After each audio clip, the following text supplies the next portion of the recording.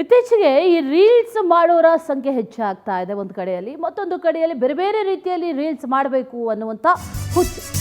ಆ ಹುಚ್ಚಾಟಕ್ಕೆ ಬಿದ್ದು ಅನೇಕ ರೀತಿಯ ಬಗೆಯ ರೀಲ್ಸ್ ಅನ್ನ ಮಾಡೋದಕ್ಕೆ ಮುಂದಾಗ್ತಾರೆ. ಇಲ್ಲೊಬ್ಬ ನೋಡಿ ರಸ್ತೆ ಮಧ್ಯೆ ಚೇರ್ ಹಾಕೊಂಡು ಟೀ ಕುಡಿತಾ ರೀಲ್ಸ್ ಮಾಡಿದ್ದಾನೆ. ಟ್ರಾಫಿಕ್ ರೂಲ್ಸ್ ಅನ್ನ ಬ್ರೇಕ್ ಮಾಡಿದ್ದವನಿಗೀಗ ಕಾಕಿ ತಕ್ಕ ಶಾಸ್ತಿ ಮಾಡಿದೆ. SJ ಪಾರ್ಕ್ ಬಳಿ ನಡು ರಸ್ತೆಯಲ್ಲಿ ಚೇರ್ ಹಾಕೊಂಡು ಶೋಕಿ ರೀಲ್ಸ್ ಮಾಡಿದ್ದ, ಸೋಷಿಯಲ್ ಮೀಡಿಯಾದಲ್ಲಿ ಅಪ್ಲೋಡ್ ಮಾಡಿದ್ದ.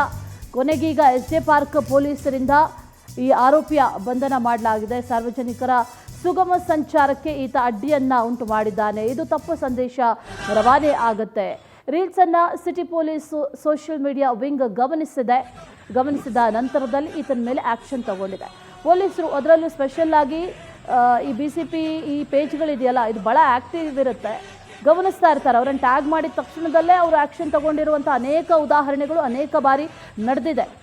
ಅದೇ ರೀತಿ ಇಲ್ಲೂ ಕೂಡ ನಡೆದಿರೋದು. SJ ಪಾರ್ಕ್ ಅದರ ಹತ್ರ ಹೆಂಗೆ ಆರಾಮಾಗಿ ಅಷ್ಟೊಂದು ಗಾಡಿಗಳು ಓಡಾಡ್ತಾ ಇದ್ರು ಕೂಡ ಮಧ್ಯದಲ್ಲಿ ಅಲ್ಲೊಂದು ಚೇರ್ ಹಾಕ್ಕೊಂಡು ಕುತ್ಕೊಂಡು ಟೀ ಕುಡ್ಕೊಂಡು ರೀಲ್ಸ್ ಮಾಡಿರೋದು, ಶೋಕಿ ರೀಲ್ಸ್ ಮಾಡಿರೋದು, ಅದನ್ನು ಅಪ್ಲೋಡ್ ಕೂಡ ಮಾಡಿದ್ದಾನೆ.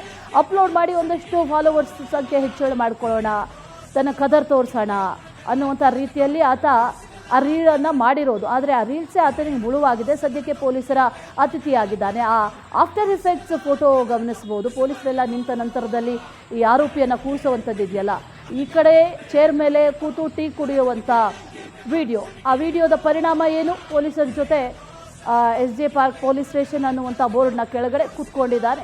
ಈ ಆರೋಪಿಯನ್ನು ಈಗ ಬಂಧಿಸಿದ್ದಾರೆ ಪೊಲೀಸರು.